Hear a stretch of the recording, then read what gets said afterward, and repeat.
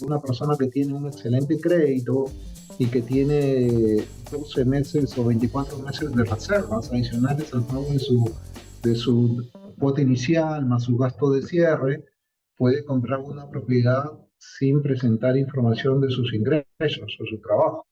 Y esto es un programa ah, eh, promovido por el Departamento del Tesoro, ¿no? Entonces, Interesante. ¿Qué pasó, mi gente? Lennon Lee por aquí. Bienvenidos a otro episodio de Se Habla Real Estate, el show donde aprendemos todo sobre la inversión inmobiliaria en Estados Unidos.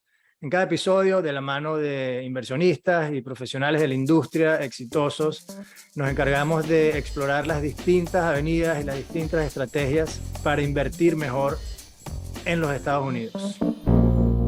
Alberto, bienvenido a Se Habla Real Estate. ¿Cómo estás? ¿cómo Aquí está? Buenas tardes.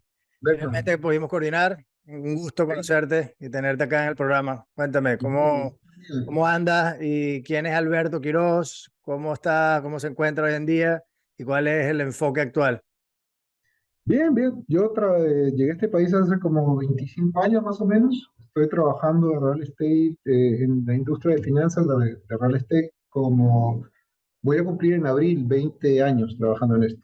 No, empecé trabajando como loan officer, luego estuve manejando unas compañías en Miami, Broward, Bonito Springs, y después vino el declive del mercado del real estate y uno tiene que aprender a adecuarse a cómo el mercado cambia. Ya. En ese momento abrí una compañía de short selling modificaciones, estuvo funcionando excelente, muy bien, por varios años. Y en el 2011 empezó a cambiar el mercado de real estate, empezamos a hacer otra vez préstamos y seguimos haciendo lo mismo, viendo cómo cambia el mercado, cómo uno puede reaccionar a los cambios que hay en el mercado y aprovechar los ciclos económicos y cómo funciona, como siempre ha funcionado esto. Perfecto. Bueno, ya que empezamos por allí, y bueno, obviamente era una pregunta que te iba a hacer, ¿cómo ves el mercado actual y de qué manera adaptarse un inversionista, a qué tiene que prestarle atención, etcétera? Justamente lo que estás comentando. ¿Cómo es que funciona esto? En el mercado actual, ¿los intereses en verdad consideras que están altos o históricamente? ¿Y para dónde ves que vamos con todo esto que está sucediendo? Sí, por ejemplo, hay una compañía, una base de datos, una empresa que se dedica a ver inversionistas, porque el nombre de la empresa es New Western, por ejemplo, maneja 150.000 inversionistas. Wow. Hubo una encuesta este mes diciendo que el 70% de esas personas piensa seguir invirtiendo en el año 2023, al igual que en el año 2022. La parte de los intereses como que no afecta mucho porque están levantando capital privado Mm. o han tenido unos ahorros de inversión para poder hacer este tipo de inversiones. Obviamente que la tasa de interés afecta porque ha subido probablemente en un año, se ha duplicado la tasa de interés. Para las personas que van a comprar su primera residencia, obviamente hay un payment shock en relación a lo que tenían que pagar hace un año y lo que tienen que pagar ahora. Y el nivel de cambio de las tasas de interés es muy alto en este momento. Mm. En diciembre lo teníamos al 6,9%, en enero bajó al 5,99%, luego subió al 6,99% y en eso hemos regresado a ese nivel aproximadamente, la tasa de interés del bono hace 30 años. Y eso tiene que ver mucho con el cambio en el bono del Tesoro norteamericano a 10 años. Hay una relación entre cómo funciona el bono del Tesoro norteamericano a 10 años y la tasa de interés de 30 años. Hay una diferencia de 2%, pero en el último año había una diferencia, un split como del 3% por encima, ¿no? Si ahorita está el 10-year note a 3,99, las tasas de interés del mortgage hace 30 años ahorita en este momento están como al 6,99%. Es una aproximación, Mm. pero los cambios han fluctuado en los últimos 2 meses mucho, casi un punto porcentual entre sube y baja el mercado.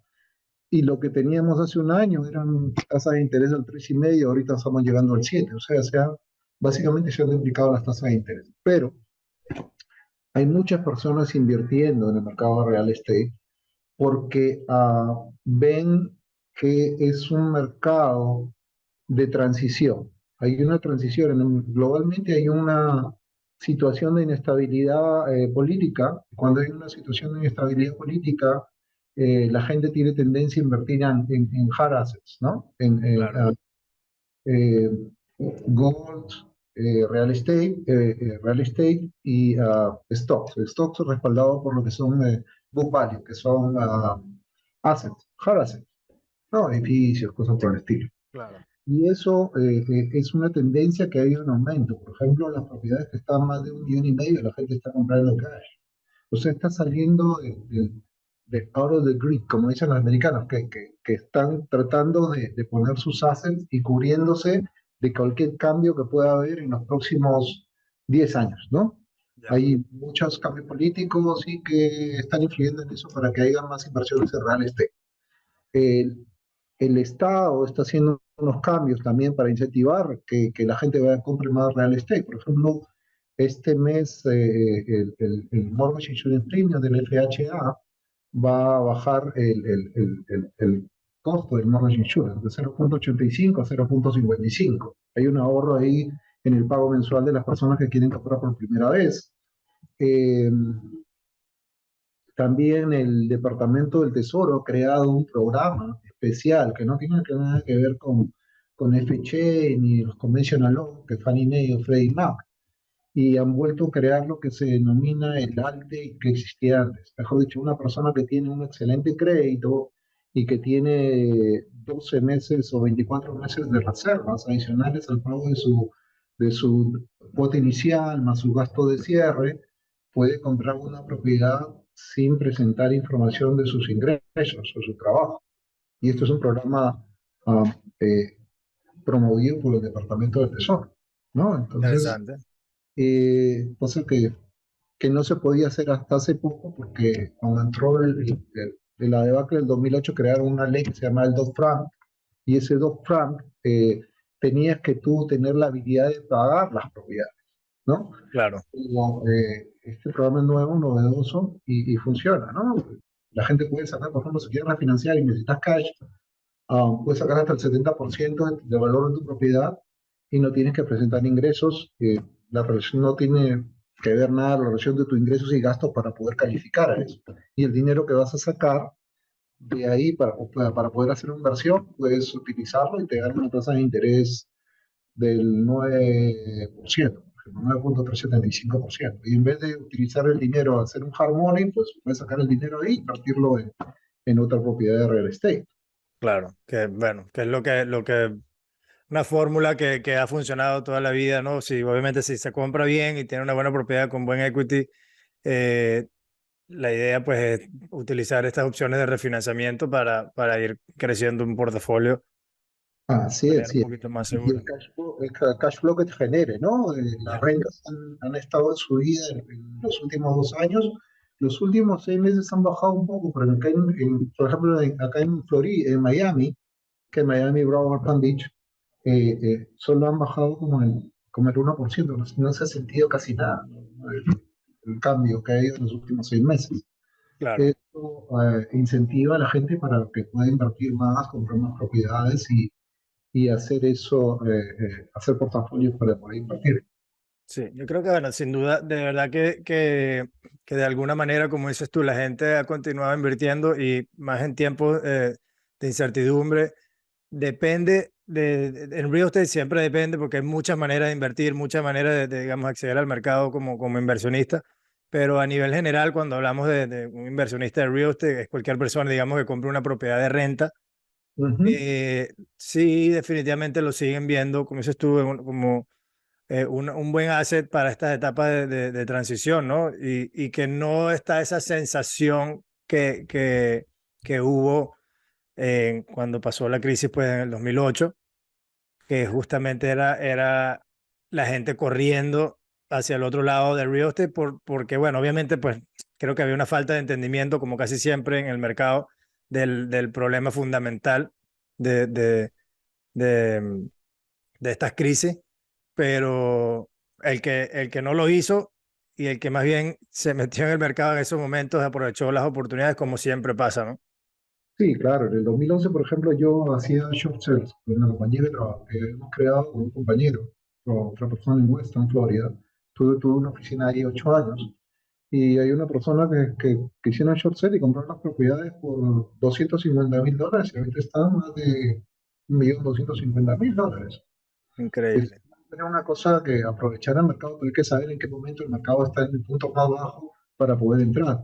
Pues los intereses pueden estar altos, pero si el rendimiento de la propiedad se te deja un cash flow que sea positivo y tú ves que eso es la tendencia, pues tú vas a seguir invirtiendo en real estate, porque eso es algo que te va a ayudar a crecer y a desarrollarte económicamente. Y la inversión aquí es fundamental ver lo que pasa alrededor. Obviamente existen puntos de conflicto, por ejemplo Europa ahorita, hay un punto de conflicto grande ahí por lo que pasa en Ucrania, o en Asia por lo que pasa en Taiwán o Japón. Entonces, ¿dónde vas a poder invertir? ¿Dónde tienes que invertir? Entonces, el punto del lugar es dónde vas a invertir. Tú puedes invertir en real estate en cualquier parte del mundo, pero ¿en qué lugar vas a desarrollarte más? Y eso también es en Estados Unidos, por ejemplo, en este momento.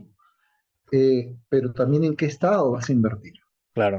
Por ejemplo, existen leyes que han pasado este año de 7 estados donde van a empezar a taxear, y las propuestas que ya lo están pasando en cada uno de los estados es que van a empezar a poner taxes sobre un earn wealth. ¿Qué significa? Mm. Que van a empezar a taxear los assets de las personas.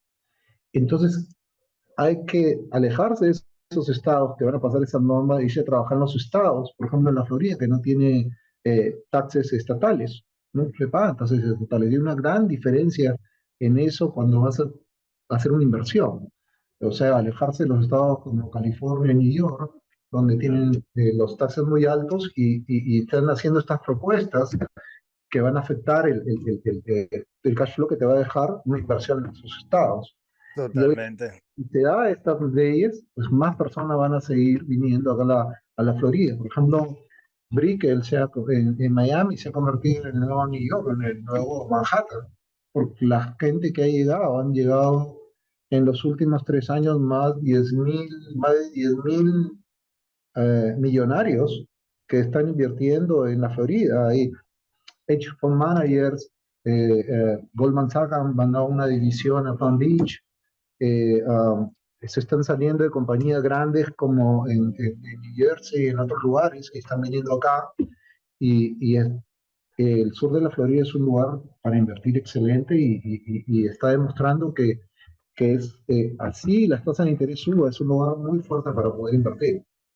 Totalmente, sí, bueno, yo estoy de acuerdo y creo que esas propuestas, sin duda alguna, peligrosísimas de muchas maneras, pues no me hacen sentido, ¿no? Especialmente pensando como inversionista y para que no lo sepa, que lo esté escuchando, unearned income, unearned wealth, como dices tú también.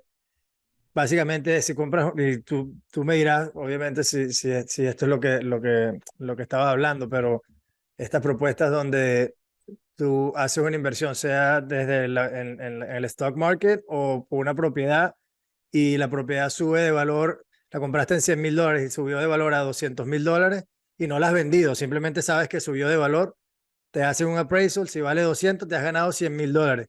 Tú no has vendido la propiedad y nada, y te van a taxear sobre esa ganancia de $100.000 que has tenido en papel. Exactamente, exactamente, pero imagínate que estás en California y tú eres una persona, un inversionista que tiene una propiedad que lo compraste en 100.000 y ahora está $1.000.000. Imagínate. Te van a taxear, la propuesta es taxarte el 1% del valor del equity que tienes en la propiedad, sobre 900.000. O sea, vas a tener que pagar $9.000 todos los años que tengas esa propiedad ahí, en ese lugar. Entonces, ¿qué va a suceder? Si esto pasa, los inversionistas de esos lugares van a salir, van a tener que vender esas propiedades y venirse a estados donde no existen esas leyes. Y lo peor es que lo quieren hacer en lugares supranacionales. Quieren poner esos taxes como si fuera el estado de los Estados Unidos, pero el estado de California, por ejemplo, hace que tengas fuera del exterior. Si viviste en Ah, California imagínate. como 6 meses, lo quieren hacer, taxear los haces que tengas fuentes en el exterior. Es una locura, pero eso pasa cuando hay ideologías que no desarrollan el libre mercado, más unas tendencias como lo que pasa en Sudamérica ahora, que hay muchos Absol- gobiernos de izquierda y quieren taxear todo lo que puedan a la gente, pero eso hace escapar a los inversionistas. Por eso, Absolutamente. por eso la Florida es un lugar paradisíaco no solamente para venir a vacacionar, sino para tener inversiones, para tener a sus familias. Las libertades que hay acá son cosas que, por ejemplo, la pandemia no existía en otros lados. La gente se mudaba aquí. La gente que ha venido aquí en los últimos 2 años ha venido de otros estados por la libertad que hay. Muchos muchachos no podían hacer, por ejemplo, actividades deportivas y las familias se mudaban por eso, para que vengan acá a hacer actividades deportivas y para tener la tranquilidad mental de poder criar a tu familia en una sociedad libre, básicamente.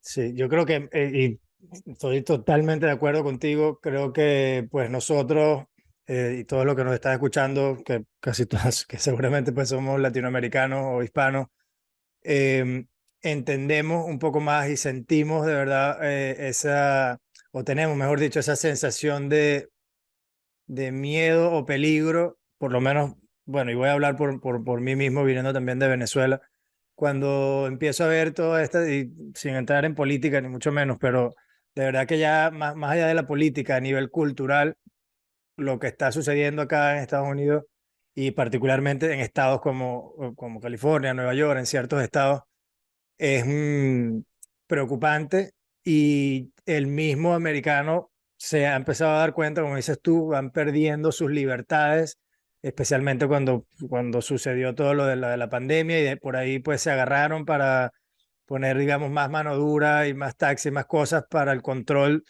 de la sociedad en general, sin entrar en detalles y eso se siente y los beneficios pues lo están viendo estados como Texas y Florida.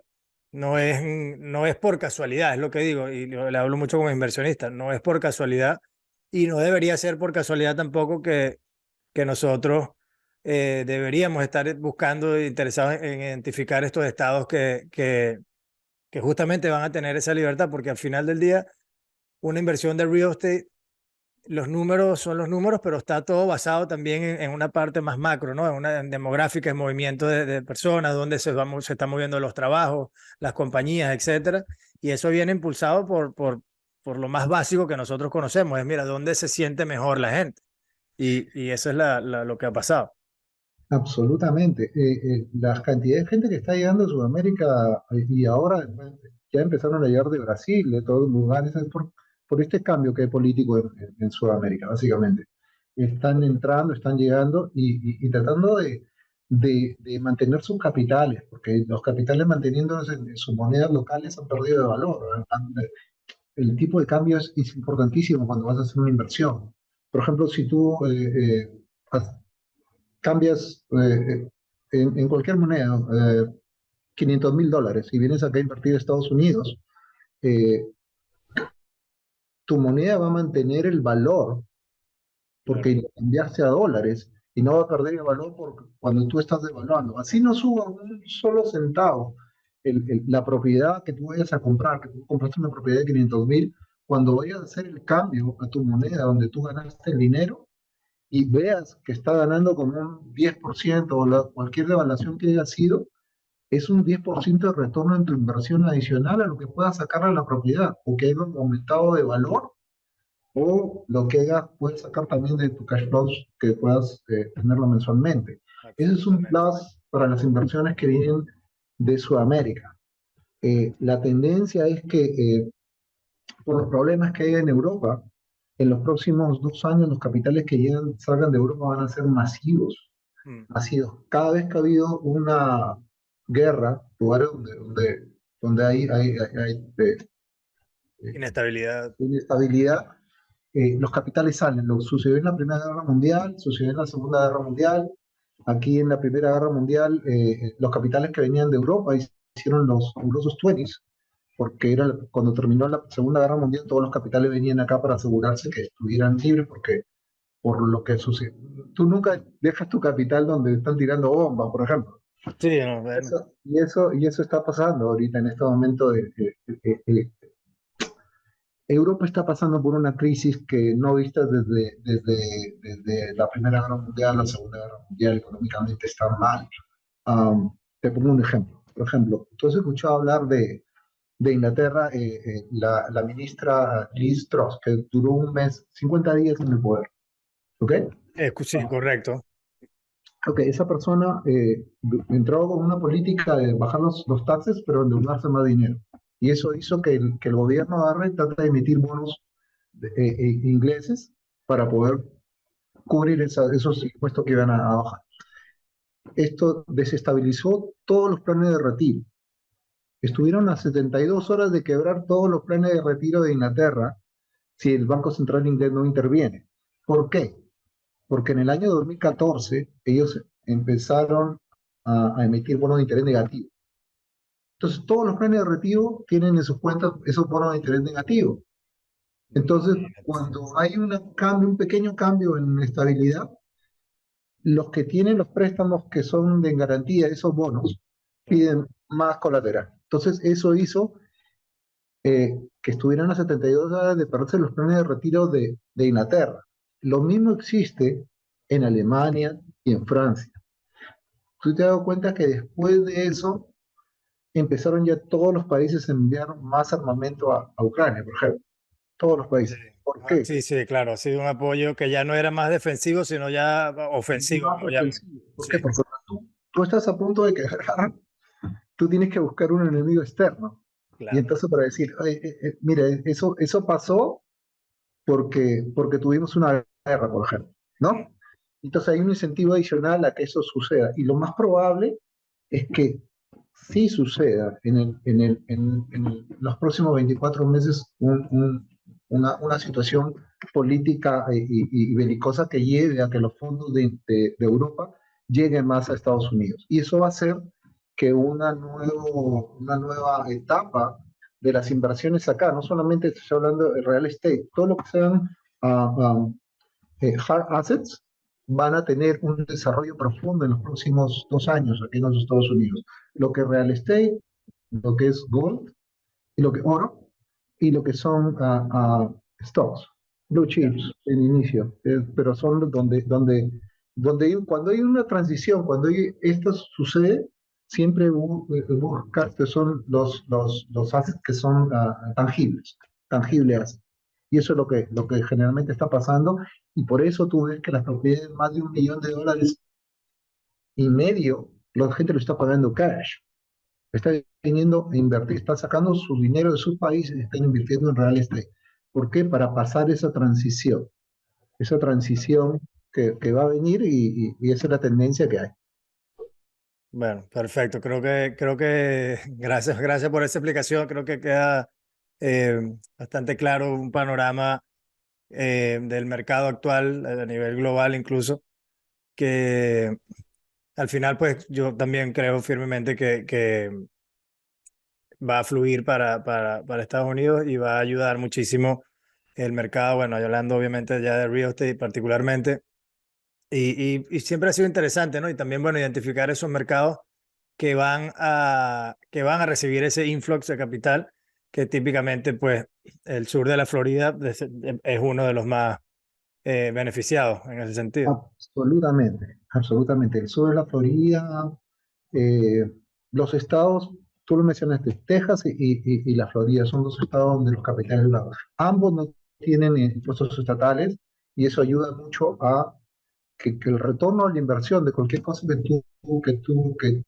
tú ejecutas, que tú tengas de inversión ahí, tengas un retorno mucho mayor que invertir en estados donde, ah, eh, como hay ideologías más hacia taxar a las personas, Mm. ¿no? Ideologías un poquito más de izquierda, por decirlo Sí, sí. así, No, no, totalmente. para que la gente pueda entender, ¿no? Claro.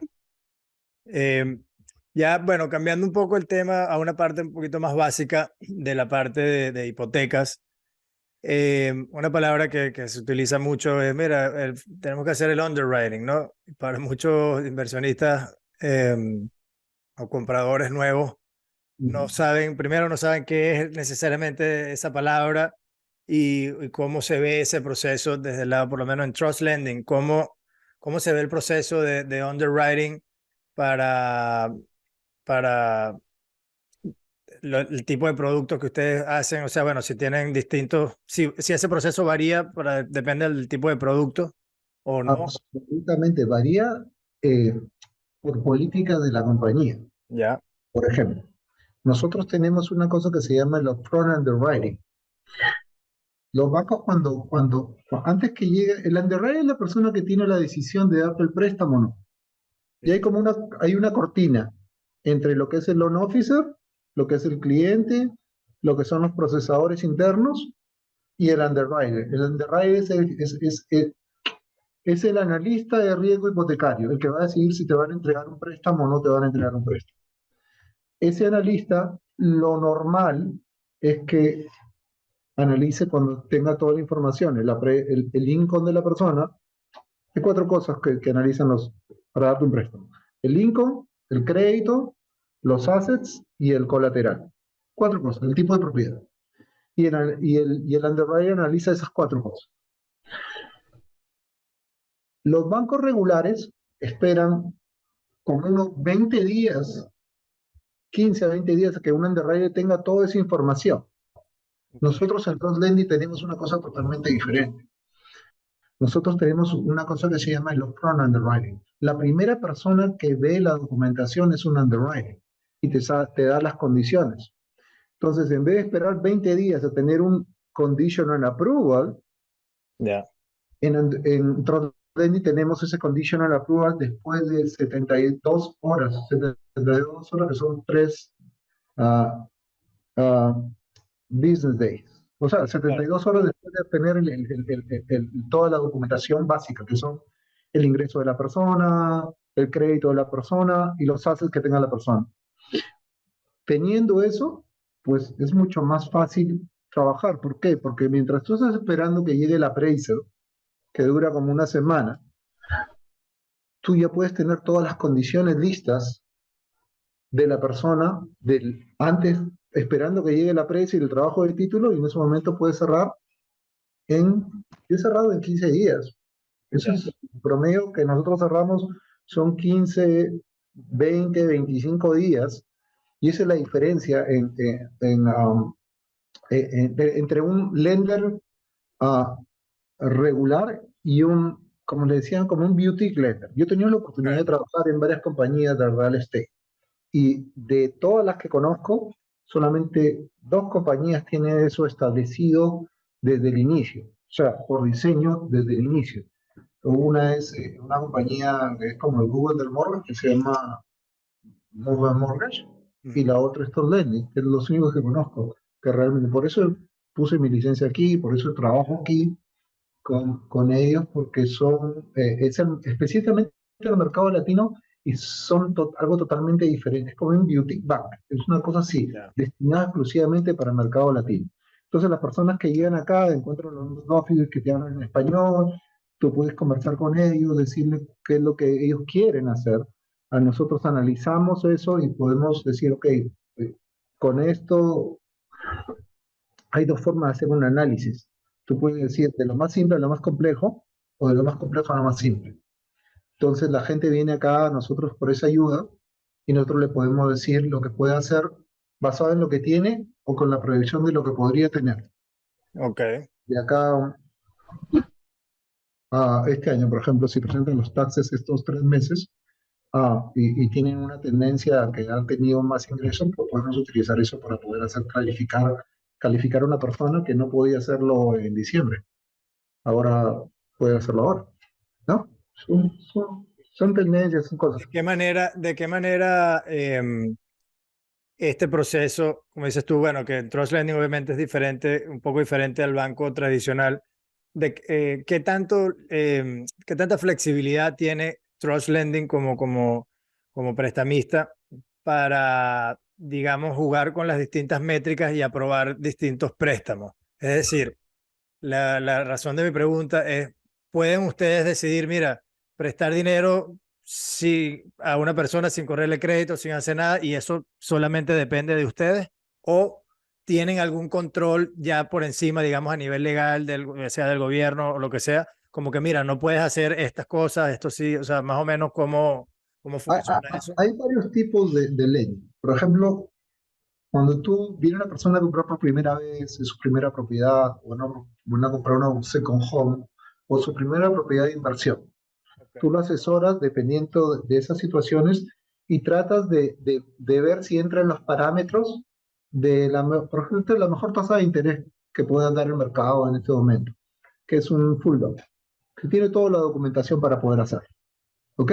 Y trabajas con Fannie Mae, Freddie Mac, con los inversores del mercado secundario. Nosotros cerramos con nuestro propio dinero, pero tenemos como 30 inversionistas en el mercado secundario que compran esos préstamos y todo el mundo hace como un bid. Yo quiero este préstamo y te podemos utilizar, dar mejor tasa de interés que hay en el mercado. Es como cuando tú compras un pasaje de avión. Ya. Tú compras un pasaje de avión en Avianca o compras un pasaje de avión en Costamar, una agencia de viajes. Y muchas veces en Costamar te sale más barato que comprarlo en Avianca directamente. ¿Por qué? Porque una cosa es wholesale y el otro es retail. Claro.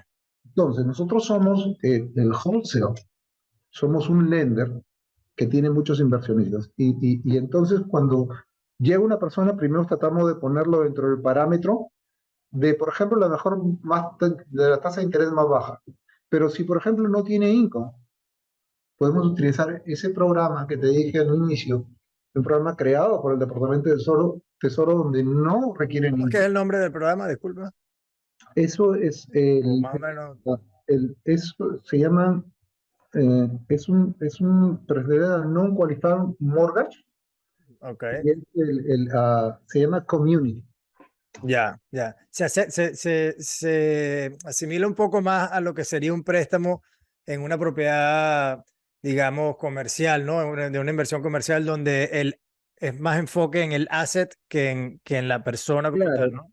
como tú lo dices, cuando se enfocan más en el score de crédito que tenga la persona y en los assets que tenga la persona. Dos cosas. Y eso solamente funciona, por ejemplo, para primeros compradores y second home. No funciona para propiedad de inversión.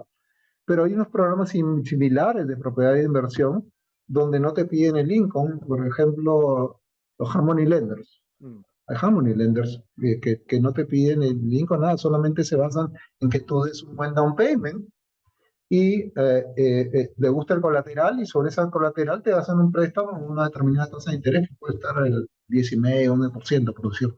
Claro, claro. Entonces, después de analizar esa persona, tú le dices, ok, puede entrar en este programa donde es más bajo interés. Luego siguen los non-QM, que se le dicen los non-qualified mortgage, hipotecas, programas. Por ejemplo, la gente que dice, no puedo presentar los taxes porque no gané lo suficiente para poder calificar. Entonces te piden los bank statements. Claro. O te piden un profit and loss de la compañía que tú estás presentando. O, ¿sabes qué? Tengo muchos assets, pero no quiero presentar nada. Solamente te dicen, ok, muéstrame los assets que tienen, hacen un cálculo y sobre esa base te prestan dinero. Entonces, cada una de esas formas de poder prestar dinero, que puede ser los conforming loans, Fannie Mae, Freddie Mac, FHA, o los non-QM, non-qualified mortgage, antes se le llamaban BC o B-Papers, ¿ok? O los Alt-8, que son creados ahora por el Departamento del Tesoro, básicamente es eso, o los Harmony Lenders, todo eso se entra en la gama, o los préstamos comerciales, todo entra en la gama de lo que son los préstamos que nosotros podemos hacer y podemos competir en el mercado. Básicamente es Ahora, eso. ya como compañía, y tú como oficial, digamos, en esta compañía, tú eres oficial Soy un loan officer. loan officer, ¿no? Entonces, ¿de qué manera, y bueno, creo que esto va más a nivel de compañía, pero ¿de qué manera deciden en qué mercados están, digamos, ¿cómo se llama? Soltando más dinero o prestando más dinero y no solamente en qué mercados, pero en los asset classes. ¿Hay algún proceso detrás de esta estrategia y cómo lo ven? Ok, el colateral es muy importante para poder prestar dinero. Ok, Ya. nuestro mercado se ha enfocado al mercado latino básicamente. Ok, el dueño de la compañía llegó hace como 15 años atrás. Ujú. Ah, y estuvo, al igual que mi persona, trabajando, aunque no nos conocíamos, trabajando, por ejemplo, cuando cambió el mercado en la parte de los short sales o las modificaciones. Entonces, cuando tú ves el mercado y ves un asset, un colateral, que sea un buen colateral, el mercado en el sur de la Florida son buenos colaterales porque sabes que la tendencia es que los precios se van a mantener, Ya, ¿ok? Tú enfocas ese nivel de vender a esos mercados. Por eso nuestro mercado es el mercado latino del sur de la Florida. ya. Miami, Broward, Palm Beach, Orlando, Tampa, donde la gente puede hablar español, es el mercado donde nosotros nos enfocamos. Eh, Tenemos oficinas en diferentes lugares, en diferentes países también, y es muy interesante el desarrollo que ha venido obteniendo la compañía en años, ¿no? Así, han ido creciendo y Ujú. manejando las diferentes tendencias y las situaciones del mercado en ese desarrollo. Interesante. Ahora, ya para ir culminando, estamos cerca de la hora.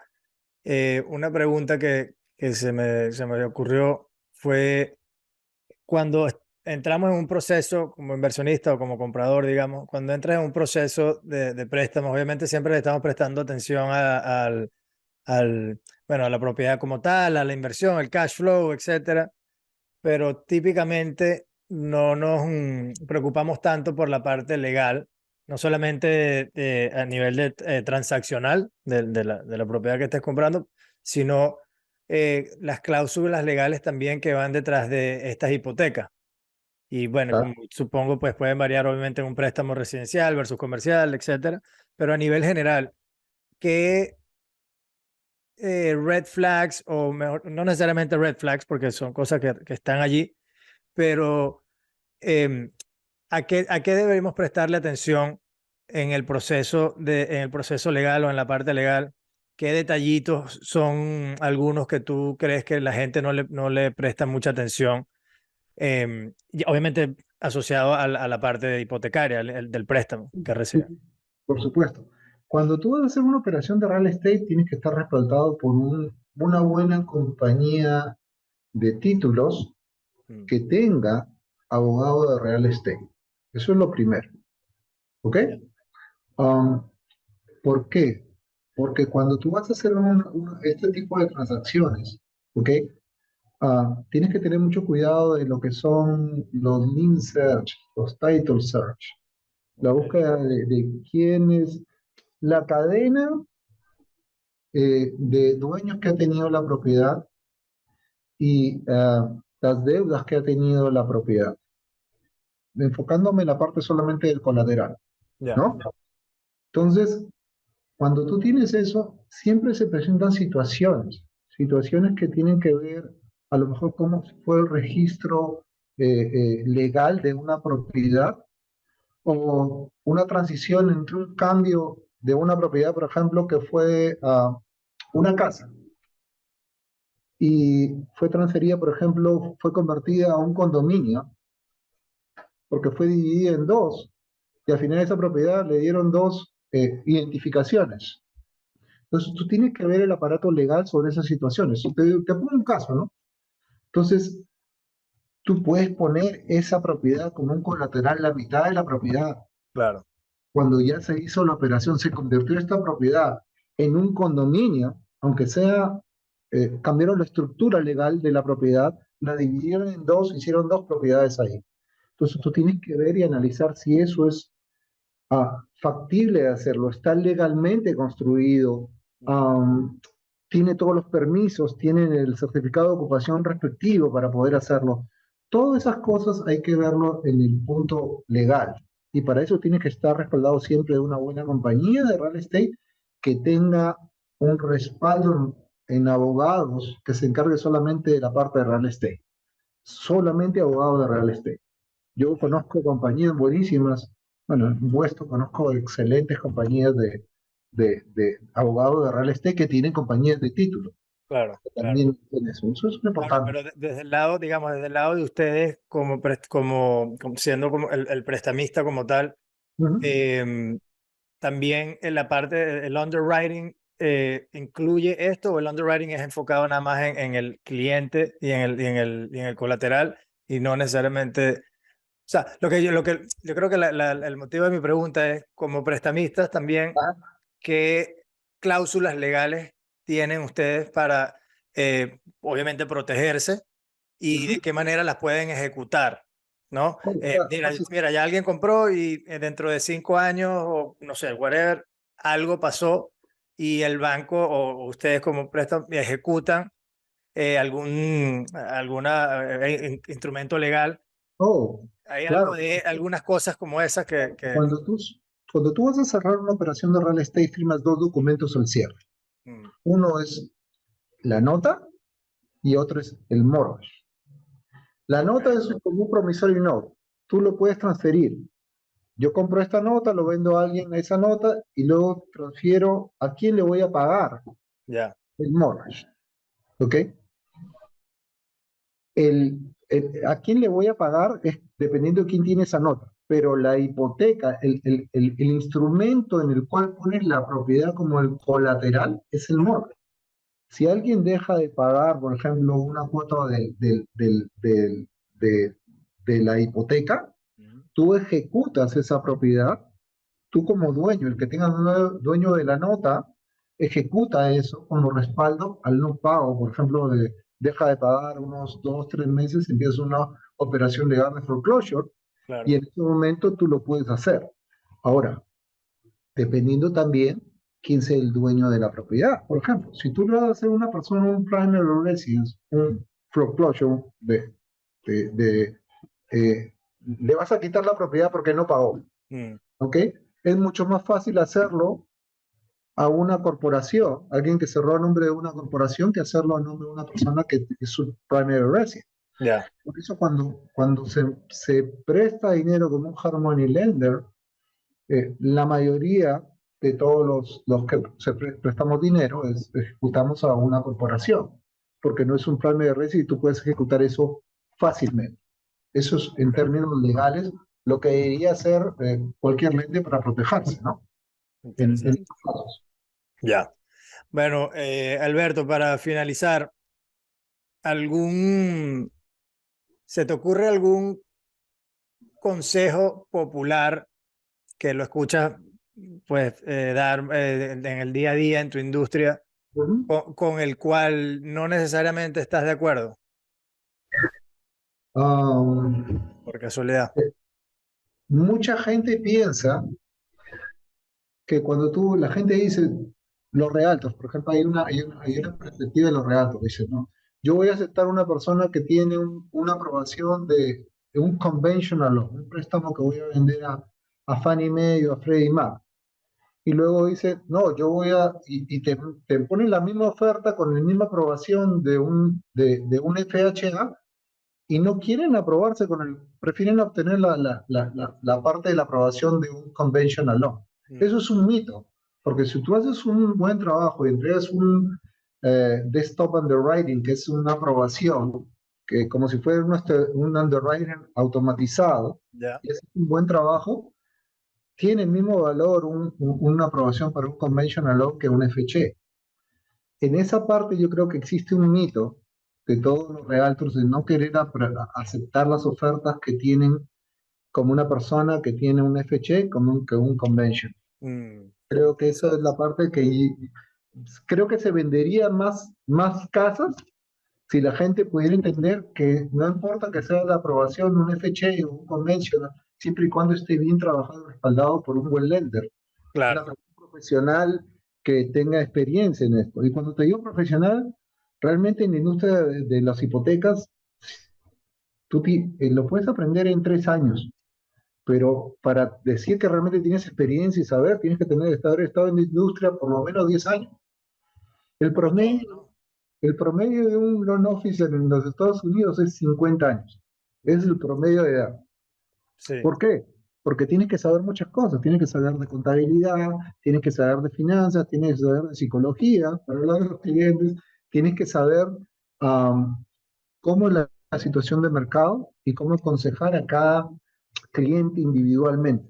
claro. Eso es ponerse en los zapatos del cliente y ver dónde están. Porque es diferente una persona que va a comprar su primera residencia a una persona que va a comprar su décima casa. Totalmente diferente. Totalmente, totalmente. Bueno, ahí lo tiene, mi gente. Alberto, gracias. Por favor, comparte con nosotros si alguien quiere saber un poquito más de todo lo que hemos estado hablando, si te quiere contactar para, bueno, para un préstamo, ¿dónde pueden saber un poquito más de ti? No, mi teléfono me pueden llamar al 305-343-0467 o mi correo electrónico es akiros@trustlending.net. Bueno, mi gente, ahí lo tienen. Espero hayan disfrutado la conversación tanto como yo. Como les digo en todos los episodios, se habla real estate eh, en partnership y patrocinado en parte por Better Investor Club, que Alberto, estás invitado también a unirte cuando puedas, cuando quieras, es gratis. Una comunidad online que estamos creando para inversionistas pasivos, donde estamos básicamente con la misión de convertirnos en mejores inversionistas. Cada mes tenemos distintos contenidos sobre distintos tópicos, bastante especializado en el tema más de inversiones pasivas en multifamily, en proyectos grandes, private equity, etcétera. Pero al final tenemos una red también de profesionales que nos ayuda en la parte educativa. Bettorinvestorclub.com, están todos invitados a unirse. Y por supuesto, como siempre les digo, denle like a esta entrevista, compartan. Si le consiguieron un poquito de valor en la conversación, por favor, envíensela a alguien, compártanla con algún familiar que necesita escuchar lo que se habló aquí hoy. Y bueno, nada, aquí con eso lo dejamos y nos vemos en el próximo episodio. Gracias. Bye.